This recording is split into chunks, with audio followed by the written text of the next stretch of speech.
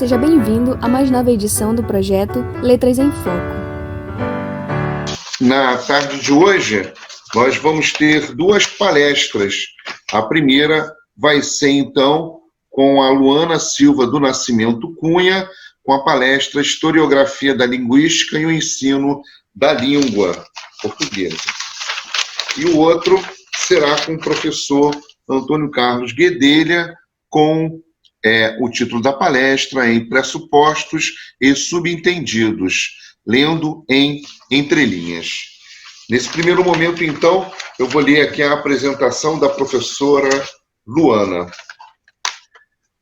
Luana Silva do Nascimento Cunha possui graduação em Letras pelo Centro Universidade da cidade do Rio de Janeiro, especialização em Língua Portuguesa pela Universidade do Estado do Rio de Janeiro e é mestre em Estudos da Linguagem pela Universidade Federal Fluminense em 2015.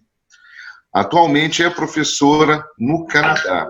Tem experiência na área de língua portuguesa, linguística, com ênfase em historiografia linguística, atuando principalmente nos seguintes temas: língua portuguesa, sintaxe, gramática funcional, leitura e produção textual. Na tarde de hoje, então, ela vai começar falando sobre o tema da palestra, que é Historiografia da Linguística e o Ensino da Língua Portuguesa. Então, conosco agora, a professora Luana Silva do Nascimento Cunha. Meu nome é Luana, né, como o mediador já disse, eu sou professora de português, moro no Canadá faz 5 anos. E aqui eu sou aluna da Faculdade de Educação, terminando o curso de formação de professores, e sou aluna do Departamento de Linguística também da Universidade de Manitoba. E essa quarentena foi tão boa porque me possibilitou entrar em contato com colegas do Brasil e falar um pouco sobre a língua portuguesa em português. Eu estava sentindo um pouco de falta disso. Então, o que eu vou falar hoje é a minha contribuição, singela contribuição, tem mais foco na teoria linguística, a historiografia da linguística, que é uma teoria nova no Brasil, até eu diria, não só no Brasil, no mundo. No Brasil, ela começou em 1996, no primeiro grupo de trabalho da ANPOL, com a professora Cristina Altman, da USP. E então, hoje eu vou falar um pouquinho, parte dos exemplos que eu vou trazer são exemplos da minha dissertação de mestrado defendida na UF. E vou discutir um pouco algumas questões gerais dessa teoria e sua aplicação no ensino da língua portuguesa. Eu quero começar a minha apresentação com essa frase desse filósofo italiano, né, Gramsci, que diz: a história ensina, mas não tem alunos, né? E porque muitas vezes nós, como professores de língua portuguesa, até como pesquisadores, é comum a gente ver o abandono, né, do olhar historiográfico quando analisamos algum fato linguístico. Muitas vezes, né, como não só os pesquisadores e os linguistas, mas muitos professores olham só o agora, né? E uma lição que a historiografia da linguística nos traz é que a gente nunca pode olhar para um fato presente com os olhos de agora. A gente tem de olhar com os olhos analisando o contexto em que aquela situação se formou, em que aquele fato foi criado, em que aquele fato linguístico se estabeleceu, quais eram as condições, que influxos contribuíram para que fosse descrita uma gramática ou uma obra literária, ou enfim, né, qualquer texto que seja analisado. E então essa frase nos leva à necessidade de olhar para a história, para entendermos, né, melhor aquilo que tratamos. E aí, nesse slide, eu estou apresentando uma definição do que seria historiografia linguística, que é uma citação do Swigert, que é um dos principais autores dessa teoria. Eu já vou falar dele um pouquinho mais para frente. Então, surgida como alternativa à história da linguística, como instrumento de avaliação sobre a produção e difusão do pensamento linguístico no decurso do tempo, a historiografia linguística em seus primórdios caracterizou-se distintivamente da disciplina análoga em face da proposta de uma análise crítica de fatos históricos, uma vez de apenas restringir-se ao seu registro cronológico. Esse nome, então, historiografia linguística, a gente diferencia da história da linguística, porque a gente na historiografia a gente não analisa assim, não é só a história, mas é a história contada de um ponto de vista metodológico. Então nós temos princípios que devem ser seguidos para analisar um fato linguístico ou alguns fatos linguísticos no percurso do tempo, né? Então de maneira metodológica. Segundo Corner, a história da linguística pode ser escrita em 4 abordagens, que é a história da compilação, que apresenta os resultados de procedimentos estabelecidos dentro da disciplina, a história revolucionária, concebida como propaganda para um novo paradigma, a história construtiva não partidária, que enfatiza a continuidade e o progresso da disciplina, e a historiografia da linguística, que numa abordagem relativamente nova procura tratar a história da linguística como um esforço acadêmico no seu próprio direito, podendo também informar sobre o trabalho de outras subdisciplinas linguísticas. Nessa visão, embora tenha sua origem vinculada à história da linguística, a historiografia linguística representa uma alternativa de curso nos parâmetros usados pelo historiador para tratar os fatos e os efeitos atinentes à linguística como ciência. A linguística como ciência, né, sabemos que também é novo, né, se a gente for analisar toda a história da linguagem, né, surge ali com Saussure no início do século XX, e a historiografia da linguística, como eu mencionei, né, no início da década de 70. Aí eu trouxe uma citação da Christina Altman, que também vem a ratificar aquilo que eu estava dizendo agora. Visa a construção da história, ou parte da história, da teoria e da prática gramatical e lexicográfica, da política linguística e das atitudes da relação à língua, das filosofias da linguagem, da lógica semântica e da linguagem relacionada ao pensamento religioso. É a historiografia da linguística, certamente por analogia a outras metadisciplinas, de cujo estatuto compartilha filosofia linguística, metodologia da linguística e epistemologia linguística. Então, como eu falei, essa teoria surge na década de 70, no Brasil ela começa no final já dos anos 90, trazida por essa mesma pesquisadora que eu acabei de citar, Christina Altman, da UF. Eu já tive o privilégio de trabalhar com ela, já participei de alguns trabalhos na USP, de algumas conferências, já publiquei um artigo num evento que ela organizou. Nesse evento também estava presente esse pesquisador, que é o Pierre Swigert, que ele é hoje considerado o maior nome dessa teoria no mundial, né? E antes do Swigert vem o Konrad Kohler. Ele é uma geração anterior ao Swigert, e todos dois, né, têm uma importância muito grande para essa teoria linguística, porque foram eles que começaram a descrever o que seria a historiografia da linguística como metalinguagem, assim, o que seria, como o conhecimento linguístico foi construído ao longo do tempo, ao longo dos séculos. E existem outros nomes também, grandes nomes da historiografia linguística, mas eu trouxe aqui mais 2 outros nomes que me influenciaram como pesquisadora, que é o Ronaldo de Oliveira Batista e o professor Ricardo Cavalieri, da USP. Todos eles têm livros publicados, artigos publicados aos graduandos ou até mesmo pós-graduandos que têm interesse em saber mais sobre a historiografia linguística. Tem um artigo do Swigert que chama Objeto, Objetivo e Metodologia. A historiografia linguística, Objeto, Objetivo e Metodologia, que foi traduzido pelo professor Ricardo Cavalieri e é fácil de encontrar na internet. Foi publicado na revista Confluência. Então, como eu havia falado, quando a gente analisa um fato linguístico, né, já que a gente está aqui falando sobre linguística, tem 4 dimensões que a gente precisa observar, né, que é a produção, o desenvolvimento, a circulação e a recepção das pessoas. Então, o historiógrafo, ele não vai apenas fazer uma paráfrase daquilo que foi dito, né? Esse não é o papel exatamente do historiógrafo, mas ele tem de levantar todas as circunstâncias todas as circunstâncias que contribuíram para que aquela gramática ou aquele texto fosse escrito daquela maneira.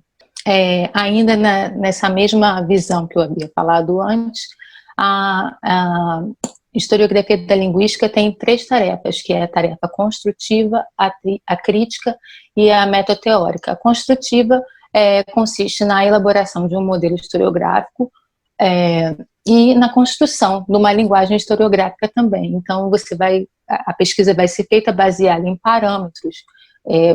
A gente não conta os fatos linguísticos, os fatos históricos, a partir só da nossa visão. A gente precisa de princípios. A crítica é levantar também outros fatos históricos que possam fazer com que o leitor reflita e pense: por que será que esse texto foi escrito dessa maneira? Será que esse fato histórico contribuiu para isso ou não? Eu acho que quando eu exemplificar a pesquisa, vocês entenderão melhor. E a tarefa metateórica, que é a reflexão sobre o objeto, sobre o status da historiografia, sobre a justificação de apresentação e sobre o que é um fato linguístico para o historiador. Outra coisa também bem importante é a neutralidade epistemológica. Uma coisa, quando a gente constrói uma análise com base na historiografia da linguística, como eu disse, a gente vai analisar todo o contexto, mas isso não quer dizer que nós vamos dar um parecer, um olhar, nós vamos dizer se certo ou errado. Não, o bom historiador, né, historiógrafo da linguística, ele vai levantar os acontecimentos, os fatos, vai dizer o que houve, mas não vai se posicionar contra ou a favor. Ele vai trazer à tona os influxos do tempo e tudo mais, para que isso possa ser levado para o leitor. E a gente pode até orientar o pensamento por uma determinada visão. No meu trabalho, que eu vou citar aqui um trechinho, deixa eu só... Tá longe. Eu falo sobre as gramáticas produzidas na época da NGB, que foi criada a NGB. Então, a gente entende que alguns dos gramáticos, por ter sido, pela nomenclatura gramatical brasileira estar sendo criada naquele momento, fizeram a gramática com o propósito de apoiar, né, a nomenclatura gramatical brasileira. O historiógrafo e sua atividade. Em última análise, os historiadores da ciência linguística terão de desenvolver o seu próprio quadro de trabalho, tanto metodológico quanto filosófico. Para isso, um conhecimento meticuloso da teoria e da prática em outros campos revelam-se verdadeiramente úteis, mesmo se o resultado for negativo. De acordo com Conner, o pesquisador da linguística tem de gozar de dupla formação, a linguística e a história, que devem ser aliadas à filosofia e à história da ciência. O historiógrafo da linguística, primeiramente, deve ser um linguista, uma vez que apenas um estudioso da linguagem poderá desempenhar de forma apropriada análises de pesquisas ligadas à faculdade da língua. Contudo, faz-se necessário que o historiógrafo, além de linguista, seja o pesquisador dos acontecimentos históricos. Alicerçados nessas bases intelectuais, O historiógrafo da linguística será capaz de analisar e interpretar textos que vier a examinar. Outra qualidade indispensável a esse profissional é a percepção. Ao investigar uma obra, deve-se considerar os influxos da corrente histórica, ou seja, não se deve proceder uma análise do texto escrito numa determinada época com valores ou visão odierna. Todavia, cabe ao historiógrafo da linguística levar em consideração os agentes que influenciaram na construção da obra estudada. Aqui eu trago uma partezinha da minha pesquisa de mestrado. Eu analisei 5 gramáticas, mas eu vou falar hoje aqui sobre 3. Uma é a gramática fundamental da língua portuguesa, do Gladstone Chaves de Mello. A outra é a moderna gramática portuguesa do Bechara. E a gramática do português contemporâneo, do professor Celso Cunha, bem conhecida por nós, né? Principalmente essas 2 últimas são 2 gramáticas bastante usadas. Aqui eu trago só a capa de cada uma, porque geralmente quando a gente faz um trabalho historiográfico, a gente escolhe a gramática e utiliza aquela gramática publicada no ano que você escolheu estudar. Porque, como a gente sabe, as gramáticas vão sendo republicadas, né, outras edições, e aí aqui anteriormente eu não mostrei, mas é da década de 70, outra de 64 e outra de 71. E essas gramáticas, como eu falei, né, há alguns minutos, elas foram publicadas na época em que se instalava no Brasil a NGB. E os gramáticos desta geração, deixa eu ler a citação primeiro, denomina-se geração NGB, o grupo de gramáticos e estudiosos da língua vernácula que publicaram textos de descrição do português à época em que se edifica a nomenclatura gramatical brasileira de 1959, sejam os que seguiram integralmente suas diretrizes, sejam os que fizeram parcialmente ou a elas se opuseram. Então, o meu trabalho, não só com essa, mas com outras também, mas nesse trechinho que eu estou mostrando, era analisar as conjunções, como esses estudiosos escreveram as conjunções em cada uma dessas gramáticas. Um dos princípios que a gente segue na historiografia da linguística é escolher um modelo de periodização dos estudos linguísticos, que desde as origens da investigação histórica no Brasil, da investigação linguística no Brasil até os dias de hoje. Alguns pesquisadores já fizeram isso, como o professor Antenor Nascentes, Silvio Elias, Guimarães, mas a minha pesquisa foi baseada na proposta do professor Ricardo Cavalieri, que aí, onde está apagado, é onde deveria aparecer a proposta dele, que é o primeiro período embrionário, período racionalista, período científico e período linguístico. E então a nossa gramática seria situada no período linguístico, a nossa gramática, a nossa pesquisa. Daí, depois de situar a pesquisa em um período e considerar que correntes linguísticas eram mais fortes neste período, eu comecei a analisar que fatos políticos, históricos, culturais estavam acontecendo nesse momento.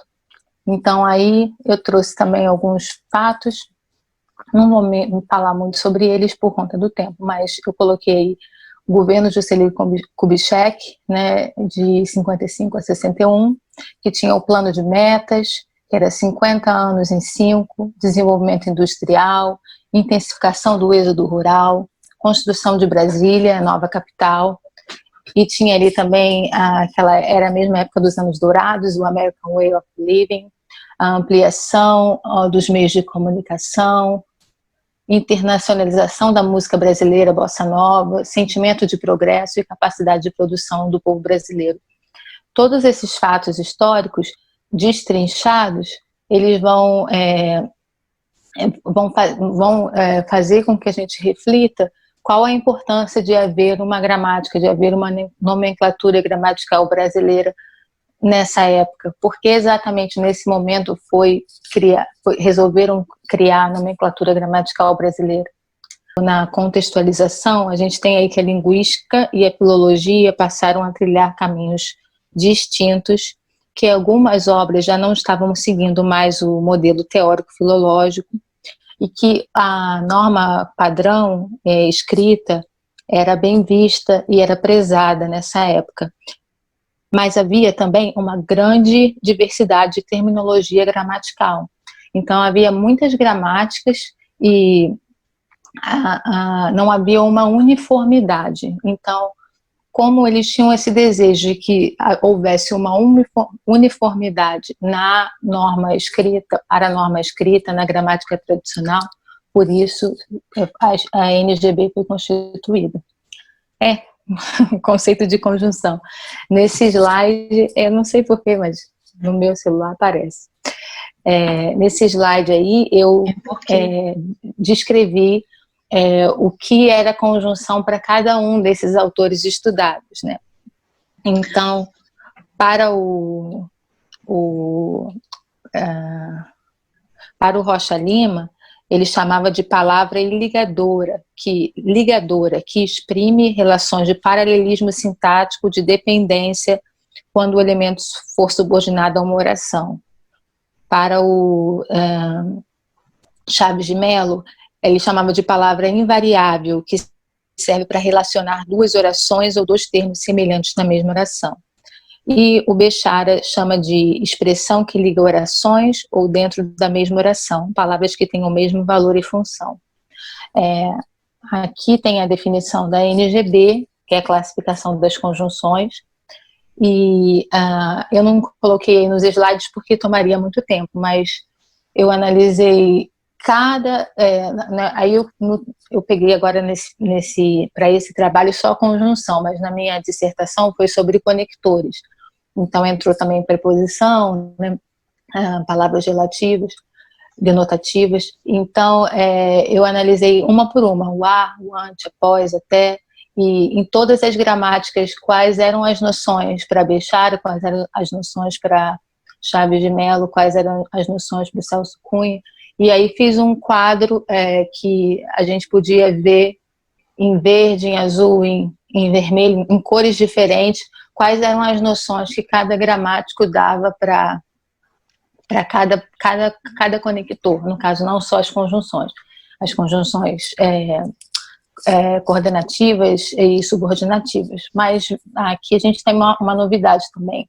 Bem, aqui nesse slide que eu estou mostrando agora, está mostrando o que são as conjunções de acordo com o documento publicado à época da nomenclatura gramatical brasileira, classificando conjunções em coordenativas, subordinativas, tal qual a gente vê agora nas gramáticas tradicionais, né, na gramática escolar. Mas no livro do Gladstone Chaves de Mello, ele, além de classificar as conjunções como coordenativas e subordinativas, ele também fala das conjunções relativas. Na obra de Cunha a gente não vê ele não fala de conjunção relativa, e Bechara também não. Bechara, até num outro livro dele, eu até tenho ele aqui, Lições de Português, ele fala sobre a correlação, mas no momento em que ele descreve as conjunções em seu livro, ele não descreve assim. Então, as conjunções coordenativas para os três autores está de acordo com o que a NGB havia publicado: aditiva, adversativa, alternativa, conclusiva e explicativa. E as subordinativas há uma discrepância, porque a Gladstone Chaves de Mello classifica as subordinativas como integrantes, causais, concessivas, condicionais, finais e temporais, como vocês podem ver aí no slide, e o Cunha e o Bechara classificam dessa maneira, que vocês podem ver no slide também: integrantes, causais. Então essas quatro concepções em vermelho a gente não vê na obra do outro autor, que é o Gladstone Chaves de Mello. Já na obra dele, ele já classifica como relativa as conclusivas, as comparativas, as conformativas e as proporcionais. Na obra do Cunha e do Bechara não há essa definição não aparece. Aqui eu tenho um trecho do livro dele, né, uma foto do livro dele, em que no finalzinho ali ele explica, né, por que ele usou, por que ele resolveu classificar como relativas essas conjunções, e ele ainda fala no final: a NGB, no entanto, desconhece a correlação e manda classificar estes conectivos como conjunções consecutivas, comparativas, conformativas e proporcionais. Então, a gente vê que ele tem conhecimento do texto da NGB, né, como ele cita aí, mas, mesmo assim, ele descreve as conjunções de uma outra maneira. Esse aqui é o trecho que eu havia falado, que o Bechara fala sobre a correlação numa outra obra, mas eu acho que não há necessidade de citar agora. Ele só afirma ele ratifica o que o Gladstone havia falado, mas não é na gramática dele, é num livro chamado Lições de Português. E eu trouxe essa outra frase que eu também acho importante: a incompreensão do presente nasce fatalmente da ignorância do passado. Porque acho que muitas vezes o papel nós como professores não temos conhecimento de como um fato gramatical se tornou, um fato linguístico se tornou o que é, por não acompanhar o percurso histórico desse fato e não estar atento às descrições que esse fato pode ter dentro da língua. Outras teorias linguísticas que analisam também o fato, né, a língua como a linguística funcional baseada no uso, né, e eu me lembro muito, acho importante citar aqui. Então, analisando todas essas gramáticas, né, e esses fatos linguísticos que eu acabei de falar, que apesar de haver algumas discrepâncias, né, os autores dessas gramáticas examinadas, eles descrevem a conjunção da língua portuguesa pautados em uma uniformidade harmônica e teórica, uma vez que os conceitos promovem uma formação linguística bastante similar. As contribuições apresentadas ao longo da pesquisa fizeram com que fazem dessas gramáticas obras de grande valor para as demandas atuais de pesquisadores de língua portuguesa. Apesar de o trabalho não ter se aprofundado em outros temas, né, até mesmo devido à extensão de uma dissertação de mestrado, né, como eu havia feito, como eu falei que fiz, eu acho que essa pesquisa pode contribuir para os estudos gramaticográficos brasileiros e apresentar, né, como eu falei, não uma explicação concluída para um determinado assunto, mas pelo menos uma reflexão que pode servir como interesse, né, que serve de interesse, para que o interesse seja despertado. E eu gostaria também, agora, já na finalização, de sugerir algumas leituras para quem se interessa pelo tema, que esses 2 livros são do professor Ronaldo de Oliveira Batista, e o primeiro é de 2013, o segundo é do ano passado. O primeiro é um livro, um manual, né, de introdução, manual de historiografia da linguística, e o segundo é um livro que reúne vários artigos de vários teóricos da disciplina. Tem também uma coleção chamada História Entrelaçada, publicada pelos professores muitos pesquisadores da USP. Aí eu estou mostrando, acho que é o volume 1, mas são 6 volumes, e tem também o livro do professor Ricardo Cavalieri, que é a Gramática no Brasil. E a conclusão, que acho que eu já até falei a conclusão antes de falar do livro, né? Dizendo que essas gramáticas, elas com certeza têm o propósito elas são uma grande contribuição pedagógica, prezando o ensino da tradição gramatical e de uma língua padrão desejável. E eu gostaria de agradecer a oportunidade aqui de poder apresentar um pouquinho do meu trabalho e trazer essa singela contribuição. Agora nós vamos ter a palestra com o professor Guedelha, chamada Pressupostos e Subentendidos, lendo entre linhas. Passarei agora e lerei o currículo Lattes do professor. Doutor em Linguística pela Universidade Federal de Santa Catarina, 2013, com área de concentração em Teoria e Análise Linguística, doutorado com bolsa parcial da FAPIAN, mestre em Sociedade e Cultura na Amazônia pela Universidade Federal do Amazonas, UFAM, 2001.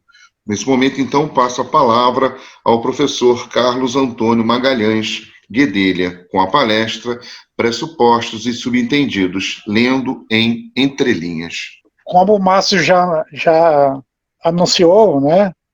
Esse é o nosso tema, pressupostos e subentendidos, lendo entre linhas. E eu quero convidar vocês a pensar um pouco sobre o fenômeno semântico da pressuposição. Né? Quero mostrar para você o que é um pressuposto, como é que funciona, como identificá-los, os pressupostos, como identificá-los em textos e discursos. A minha fala tem o seguinte roteiro. Eu faço algumas considerações iniciais a respeito do fenômeno semântico da pressuposição, falo um pouco sobre a diferença entre conteúdo posto e conteúdo pressuposto, falo um pouco também sobre o conhecimento compartilhado, apresento os principais gatilhos de pressuposição que a língua nos oferece, faço a diferença entre pressupostos e subentendidos e faço as considerações finais. Então vamos adiante. Para início de conversa, nós precisamos entender que todo texto ou discurso, independentemente da sua extensão, todo texto é formado por linhas e entrelinhas. Linhas são as afirmações explícitas apresentadas no texto de forma direta. Já as entrelinhas são informações implícitas que estão presentes nos enunciados, mas de forma indireta. Então, qualquer texto, independente da extensão, independente do tipo, ele é composto de linhas e entrelinhas. E é importante sabermos que, muitas vezes, um texto traz mais informações nas entrelinhas que nas linhas.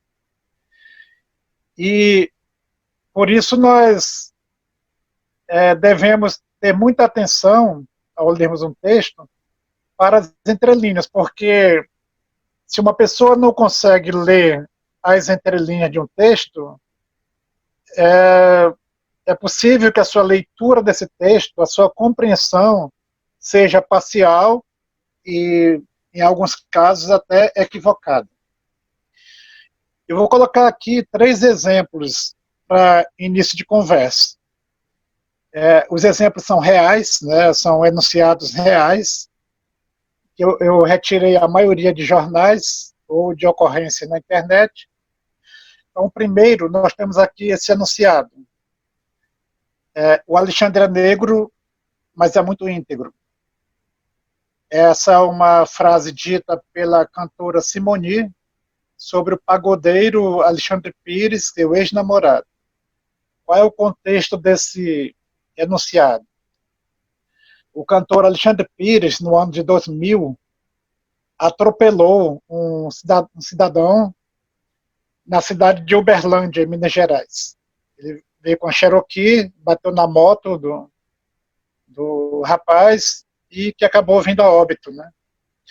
Naquela época, os jornais, né, bateram muito no Alexandre Pires por ter negado socorro, por questionando seu caráter por conta disso e tudo.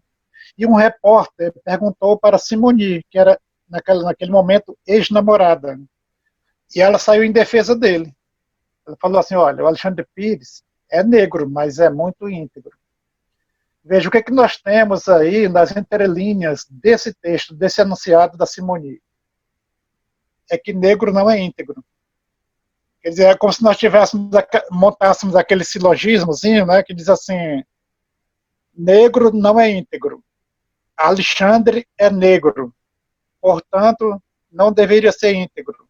No entanto, ele quebra a regra e é íntegro. Ele só é íntegro por conta de quebrar uma regra esperada, de negro não ser íntegro. Isso está nesse texto. Só que não está nas linhas, está nas entrelinhas. O outro enunciado foi dito pelo Mário Amato, presidente da Fiesp, que é a Federação das Indústrias de São Paulo, em 94. É interessante que, naquele ano, a ministra da Indústria e Comércio, Dorothea Neck, foi a primeira mulher a ser ministra da Indústria e Comércio.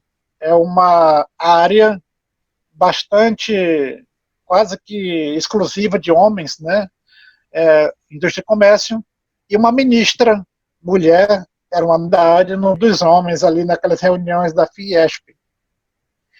E o Mário Amato, depois que ouviu a exposição da ministra, ele ficou impressionado com a inteligência da ministra. E ele foi elogiá-la. E o elogio foi isso aí: ela é muito inteligente, apesar de ser mulher. Se nós montarmos um esqueminha semelhante ao primeiro lá, nós teríamos o seguinte: mulher não é inteligente. A ministra é mulher, portanto não deveria ser inteligente. No entanto, ela quebra a regra, ela foge à regra e é inteligente. Então, o fato de ela ser uma mulher inteligente era uma espécie de quebra de uma regra esperada de que mulher não é inteligente. Nos dois casos, tanto da Simone quanto do Mário Amato, a repercussão do enunciado foi muito negativa, porque no caso da Simone, os ativistas de movimentos negros partiram para cima dele. No caso do Mário Amato, as ativistas de movimentos feministas partiram para cima dele também. Então, assim, tiveram que ficar se desculpando durante muito tempo para a mídia. Não foi isso que eu quis dizer, eu não disse isso, gente, o que é isso? Vocês estão vendo coisa onde não tem. Então, assim, muitas vezes nas entrelinhas vaza até o preconceito que a pessoa tem, que às vezes ela não sabe que tem, porque está no inconsciente. A questão do inconsciente é papo para um outro, né, é pano para outras mangas da nossa questão aqui. Mas o certo é que o preconceito está nas entrelinhas dos dois enunciados. O terceiro enunciado foi dito pelo presidente da República, o presidente Bolsonaro, de 16 de abril, quando o ministro da Saúde, Henrique Mandetta, né, pediu demissão. Os repórteres perguntaram como foi a demissão dele, como aconteceu, e ele respondeu assim: foi um divórcio consensual. É claro que nesse enunciado nós estamos diante de uma metáfora, um divórcio consensual. Mas a metáfora revela a forma como a pessoa pensa, como o enunciador pensa. Então, nós temos aqui um caso em que o autor da frase pensa naquela relação política como sendo um casamento. Se foi um divórcio consensual, é porque havia um casamento antes. Se o casamento está em termos metafóricos, no âmbito da metáfora, é porque o autor do enunciado pensa no relacionamento como um casamento. Os pressupostos fazem parte das entrelinhas do texto, ou seja, eles fazem parte das informações implícitas. Vamos ver um pouco como isso ocorre. Existem dois conceitos fundamentais no estudo da pressuposição. São o conceito de conteúdo posto e de conteúdo pressuposto. Os textos, em geral, trazem esses dois tipos de conteúdo. O conteúdo posto são informações diretas contidas no sentido literal das palavras. É aquilo que está nas linhas do texto. O conteúdo pressuposto são informações implícitas inferidas a partir do conteúdo posto. Então, o conteúdo pressuposto está nas entrelinhas. Então, fazendo essa relação entre linhas e entrelinhas, nas linhas está o conteúdo posto e nas entrelinhas o conteúdo pressuposto. Então, o conteúdo pressuposto não é afirmado de forma explícita na sentença, mas é inferido a partir dela. Então, a partir do que está nas linhas, infere-se o que está pressuposto nas entrelinhas. Dizendo de outra forma, o pressuposto pertence ao enunciado, mas de uma forma diferente do conteúdo posto, uma vez que o posto preenche as linhas do enunciado e o pressuposto reside nas suas entrelinhas. Nós temos uma manchete de jornal em que nós podemos exemplificar isso, né? É uma manchete do jornal O Dia, do Rio de Janeiro, de agosto de 2013. Então nós temos a seguinte manchete: tráfico volta a dominar 6 áreas do Alemão pacificado. Veja, é uma manchete. Qual é o conteúdo posto e qual é o conteúdo pressuposto dessa manchete? Bom, evidentemente, o conteúdo posto é que o tráfico volta a dominar 6 áreas do Alemão, um complexo de favela do Rio de Janeiro, que havia sido pacificado anteriormente. É claro que, para entender o enunciado, o leitor do jornal, antes mesmo de acessar o texto da reportagem, ele precisa de um conhecimento prévio de que alemão se refere a uma área, né, de um conjunto de favelas do Rio de Janeiro. E aí, no conteúdo posto, nós temos que essas áreas do Alemão, desse complexo do Alemão, que foram pacificadas anteriormente, volta a ser dominada pelo tráfico. O conteúdo pressuposto é exatamente esse, de que o tráfico já havia dominado essas 6 áreas anteriormente. Essa informação está como pressuposto na manchete. Como é que eu sei, como é que eu percebo que essa informação está pressuposta? De que essas 6 áreas do Alemão já haviam sido dominadas pelo tráfico anteriormente. Bom, eu sei disso por causa de uma palavra, ou de uma expressão que está na manchete, que é a expressão volta a dominar. Mais especificamente, o verbo volta, o verbo voltar, com a sua acepção de iteratividade. A expressão volta a dominar, com o verbo voltar, é uma expressão iterativa. A expressão iterativa é aquela que traduz a ideia de que o fato se repete, de que o fato já aconteceu antes. Então, é esse verbo que desencadeia o pressuposto. Se a manchete me diz que o tráfico volta a dominar 6 áreas do Alemão, é porque está me dizendo que ela já havia sido dominada antes pelo tráfico. Porque se não houvesse sido dominada antes, o verbo voltar não teria sentido aí. A manchete teria apenas o seguinte: o tráfico domina ou passa a dominar 6 áreas do Alemão. Mas o verbo voltar, com a sua ideia de iteratividade, portanto de repetição, desencadeia o pressuposto de que não é a primeira vez que o tráfico domina ali. Já dominou antes pelo menos uma vez. A língua conta com dispositivos especializados em ativar conteúdo pressupostos. São expressões que apontam para a existência de pressupostos nos enunciados. Essas expressões são conhecidas como gatilhos de pressuposição. Gatilhos porque elas disparam pressuposição. Elas disparam pressupostos. Os principais gatilhos são o verbo de mudança de estado, expressões iterativas, verbos factivos, verbos implicativos, alguns adjetivos e advérbios, certos numerais, certos substantivos, que são especializados em ativar pressupostos, e são, então, gatilhos de pressuposição. Exemplo de verbo de mudança de estado. O João parou de fumar. O verbo parou, né, é o parar, sinaliza mudança de estado. Se ele parou de fumar, é porque fumava antes. Então, o pressuposto, o conteúdo posto é que ele parou de fumar, e o conteúdo pressuposto é de que ele fumava antes. Se João não fumava antes, o proferimento de João parou de fumar não tem valor de verdade.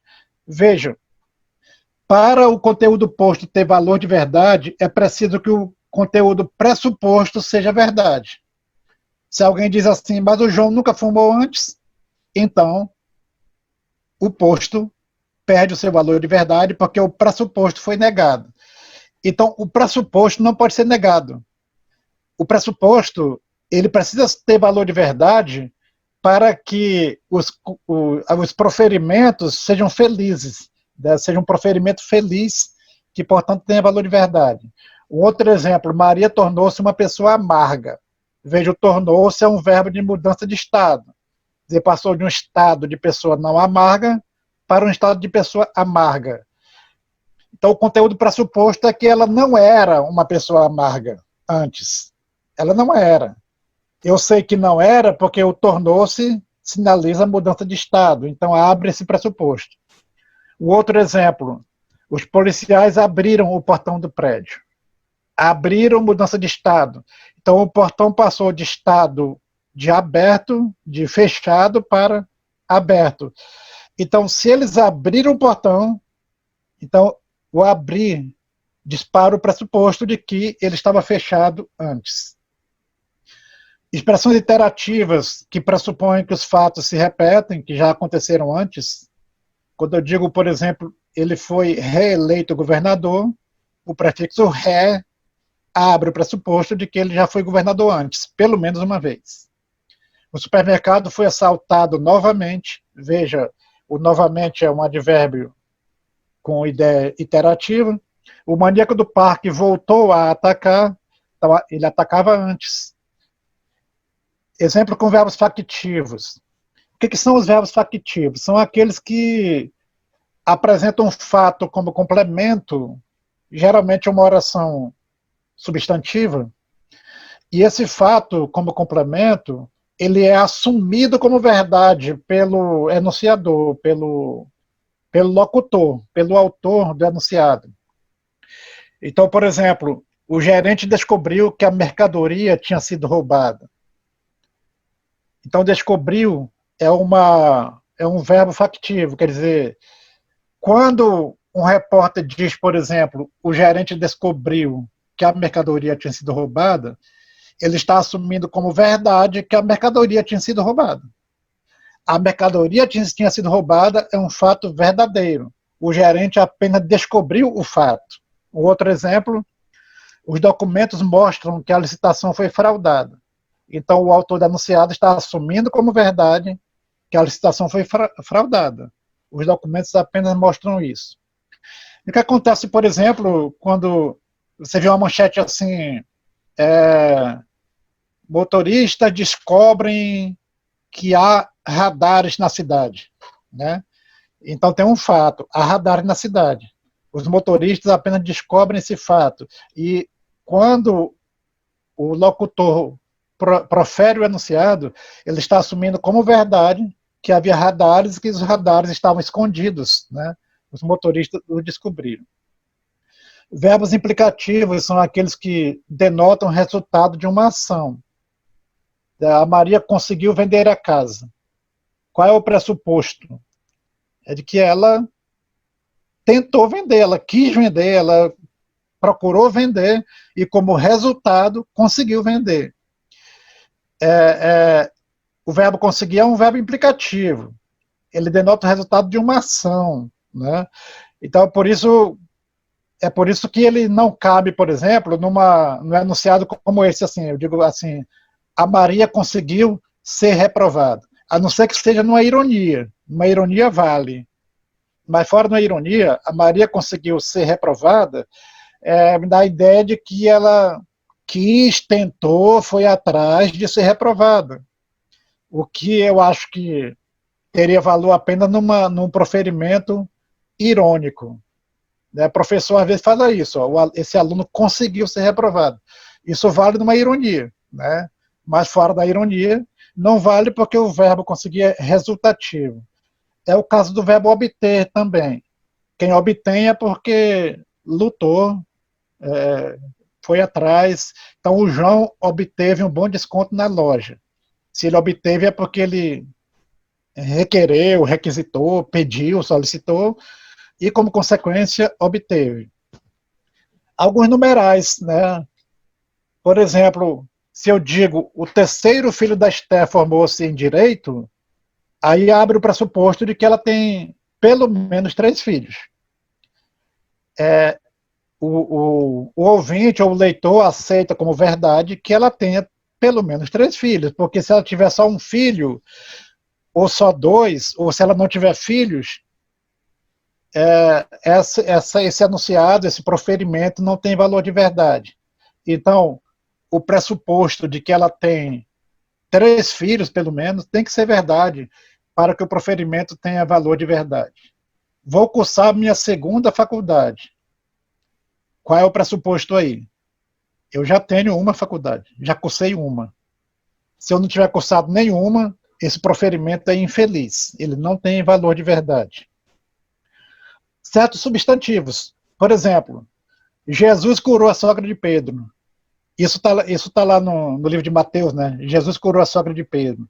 E é interessante para você ver a força de um gatilho de pressuposição. Em nenhum momento na Bíblia diz que Pedro era casado. Mas nesse momento aí, Jesus curou a sogra de Pedro, dispara o pressuposto de que ele era casado.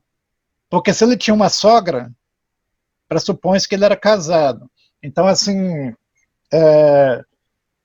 veja a força que tem o substantivo que dispara o pressuposto.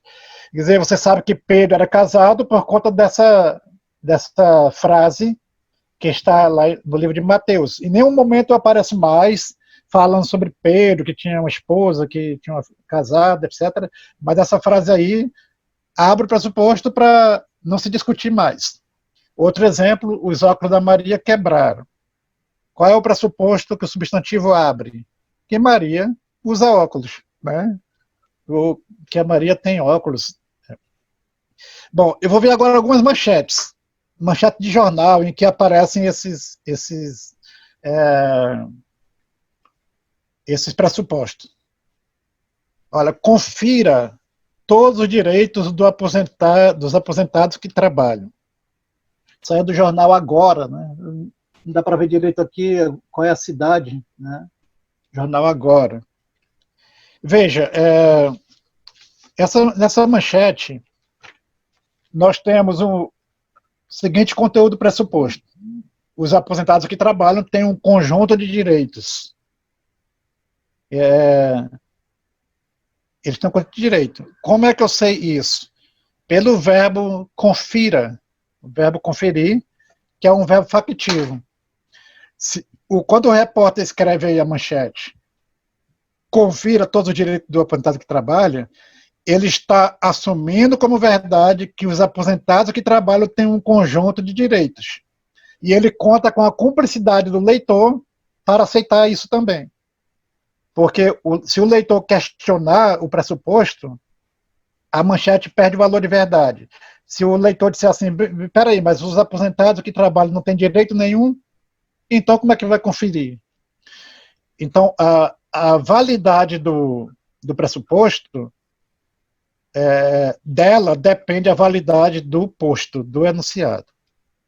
O jornalista, ao redigir a manchete, assume como verdade o fato que complementa o verbo conferir, ou seja, que os aposentados que trabalham possuem seus direitos. Né? Outra manchete. Pessoas com câncer perdem direito a transporte gratuito. Seja na União, lá da Paraíba, né, João Pessoa. Qual é o conteúdo pressuposto aí? As pessoas com câncer tinham direito a transporte gratuito anteriormente. Qual é o gatilho de pressuposição? O gatilho que dispara essa pressuposição? É o verbo perdem, que sinaliza mudança de estado. Né? As pessoas com câncer passam do estado de pessoas com direito a transporte gratuito para um outro estado de pessoas sem direito a transporte gratuito. O verbo perder, expressando mudança de estado, dá como certo o fato de que anteriormente as pessoas com câncer tinham direito a transporte gratuito. Novos cortes de recursos ameaçam universidades. Qual é o conteúdo pressuposto? Houve corte de recursos anteriormente nas universidades. Qual é o gatilho que dispara esse pressuposto? O adjetivo, novos. Se não houvesse esse adjetivo, aí não teria esse pressuposto. Por exemplo, corte de recursos ameaça a universidade. Ok. Mas quando o repórter coloca novos, ele está assumindo como verdade que já houve cortes anteriormente. Então, o adjetivo como gatilho de pressuposição. Outra manchete. GDF, que é Governo do Distrito Federal, GDF suspenderá aulas e eventos por mais 15 dias. Qual é o conteúdo pressuposto? Aulas e eventos já estavam suspensos. A suspensão seria apenas ampliada. Será apenas ampliada. Qual é o gatilho que dispara esse pressuposto de que as aulas já estavam suspensas? O mais, o advérbio. O advérbio mais, com sua ideia de adição, instaura a ideia de que a suspensão de aulas e eventos seria ampliada por mais 15 dias. Desses gatilhos, eu quero focar um pouquinho mais, nesse momento, as expressões iterativas, que inserem a noção de repetição de fatos. As expressões iterativas são recursos muito produtivos na ativação de pressupostos. Crise pode levar o Brasil de volta ao mapa da fome.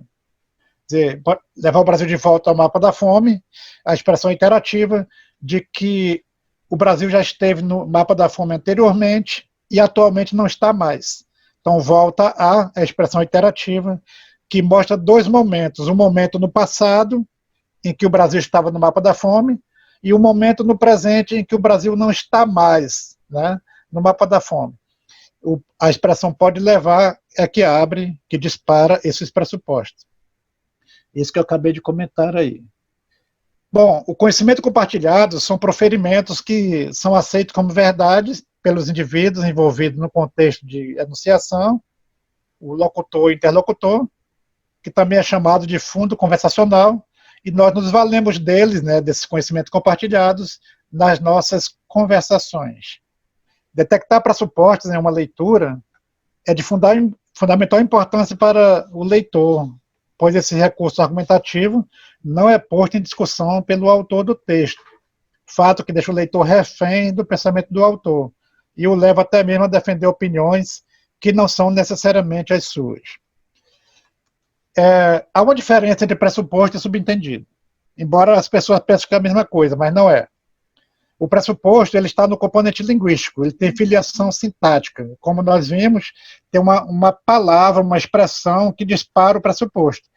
E o pressuposto está sempre no passado, em relação ao presente da enunciação. Já o subentendido é uma questão mais de retórica do que de linguística. Dificilmente tem filiação sintática. E ocorre no momento posterior à enunciação, enquanto o pressuposto é um fato do passado, o subentendido é um fato posterior à enunciação, como um acréscimo de interpretação do ouvinte ou do leitor. Então, por exemplo, deixa eu passar aqui, assim, puxa, estou cansado para o trabalho. Imagina que você diga isso para uma visita que está na sua casa e esqueceu de ir embora. Aí você olha para o relógio assim, puxa, estou atrasado para o trabalho.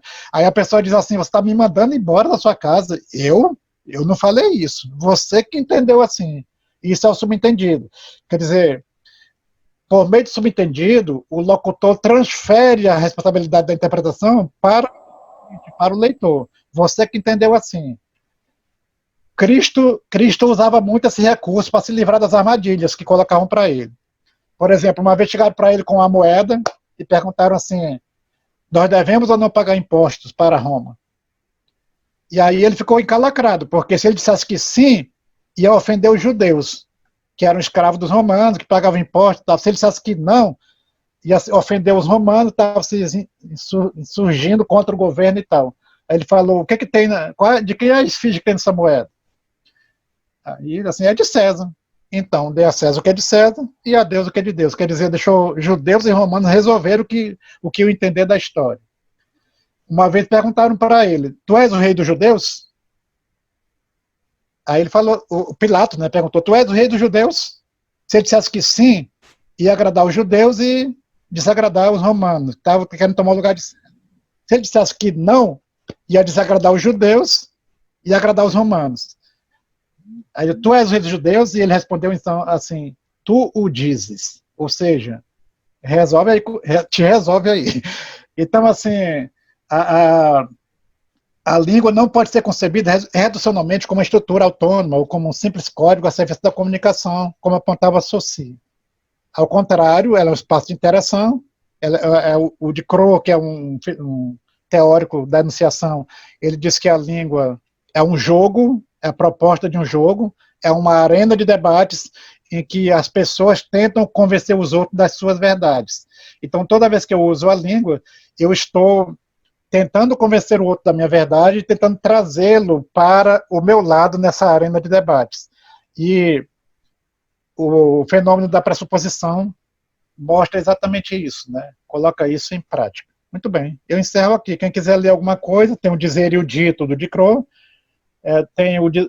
tem também a semântica do Hilário Geraldi, tem vários livros que tratam sobre isso. O Benveniste fala muito sobre isso também, na linguística, quando fala sobre pressuposição. Queremos agradecer então aqui ao professor Carlos Antônio Magalhães Guedelha pela palestra Pressupostos e Subentendidos, lendo entre linhas. Eu queria perguntar ao professor se então, a partir do que ele disse, a gente pode entender que o sentido não está no texto, mas é construído a partir do texto. Nos discursos, o sentido está sempre em movimento, né? Porque muitas vezes o sentido depende de elementos linguísticos e também de elementos extralinguísticos que somam com o linguístico para construir o sentido. Por isso, aqui eu trabalho muito com pessoas que não são falantes do português brasileiro e querem aprender, por isso que às vezes é tão importante também a formação cultural para o entendimento do sentido também, né? Exatamente. A Márcia Cansado, ela é da UFMG, ela traz um exemplo interessante, que é o enunciado assim: a porta está aberta. Esse enunciado, a porta está aberta, dependendo do contexto em que ela é dita e até mesmo do conhecimento compartilhado do grupo em que ela é usada e no momento, ela pode significar coisas bem diferentes. Por exemplo, se o professor está na sala e tem um aluno fazendo bagunça e ele diz assim: a porta está aberta, é um convite para sair. É quase uma ordem para sair. Mas se tem outro aluno na porta olhando, com dúvida se entra ou não, e ele fala: a porta está aberta, é um convite para entrar. Uhum. Né? E se a mãe diz para o filho, por exemplo, meia-noite: olha, a porta está aberta, é um convite para fechar a porta. Então, assim, o mesmo enunciado, em situações diferentes, significam coisas completamente diferentes. Alguma pergunta aqui? Eu gosto muito de trabalhar com preposições, mostrando exatamente que elas não são tão invariáveis assim, como às vezes as gramáticas dizem, né? Uhum. Por exemplo, a palavra até pode significar um monte de coisa, dependendo do encaixe em que ela é usada, né? A palavra de, né? Pode ser invariável do ponto de vista sintático, né? Mas do ponto de vista semântico, quase nunca invariáveis, né? Há várias então, assim, críticas, eu né? acho que muitas vezes as gramáticas descrevem, privilegiam quase que unicamente o aspecto sintático, né? E deixam de lado o aspecto semântico, o que, no meu entendimento, poderia enriquecer muito a abordagem da gramática, né? Se trouxesse o componente semântico, junto com o morfológico e o sintático ali. Mas Isso. parece que as gramáticas normativas privilegiam muito o componente sintático, né? Tem um capítulo do livro, chama Morfologia Portuguesa esqueci o nome do autor, eu até tinha ele aqui, que ele faz Monteiro, um caminho... Né? Esse mesmo, como é que é o Monteiro. primeiro? É o Monteiro, eu esqueci, José Luiz Monteiro? Acho que é ele isso, é da Federal do Ceará. Isso, ele tem um livro de morfologia portuguesa, no último capítulo chama Classes e Funções. E ele fala justamente disso, que qual é a função da preposição no texto, né? Se a gente for observar friamente, a NGB não dá conta de descrever todos os papéis que os conectores, de uma maneira geral, podem desempenhar. Eles descrevem, por exemplo, que a conjunção liga palavras. A conjunção, a preposição liga palavras, mas a gente tem também conjunção ligando palavras. Maria e Marcos. Eu sei que alguns livros já vão dizer liga palavras e termos da oração, mas há muitos livros, Monteiro Lobato tem um para aquele Emília no País da Gramática, não sei se vocês já leram esse livro, é para criança, eu utilizo muito aqui Monteiro Lobato com as crianças, e nesse livro ele utiliza a preposição como sendo uma palavra ligadora de palavras, e nem sempre, né, nem sempre é. E quando coloca como sendo palavra invariável, né, Invariável, aí fica muito pobre a descrição, né? É verdade. É invariável em algumas situações, variável em outras situações, né? E aí entraria. Eu acho que se os gramáticos trouxessem a questão semântica para o âmbito da gramática normativa, eu acho que enriqueceria muito a abordagem, né? A esse propósito tem trabalhado muito a linguística funcionalista, né, que analisa os itens linguísticos no contexto, né? Isso.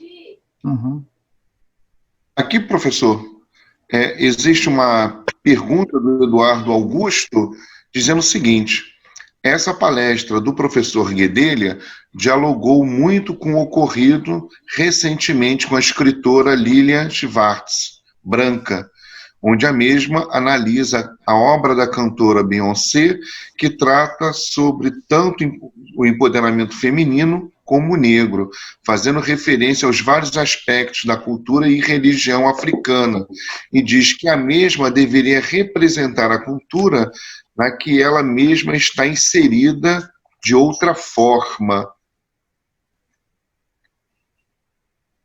Eu não entendi quase nada, mas a tua voz está cortando muito aí.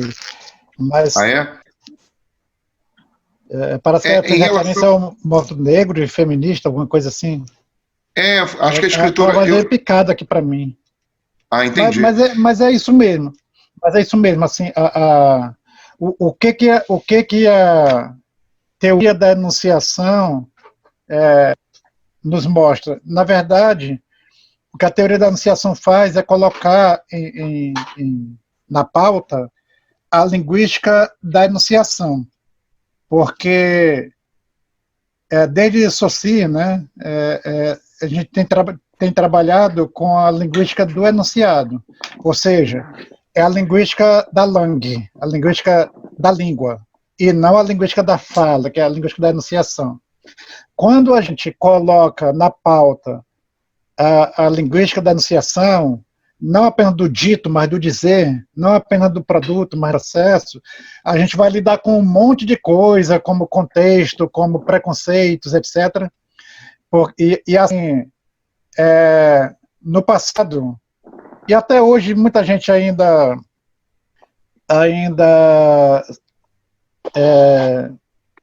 acredita nesse mito, né, que é o mito da neutralidade, da impessoalidade, etc., mas a gente entende que não existe neutralidade no uso da linguagem, jamais.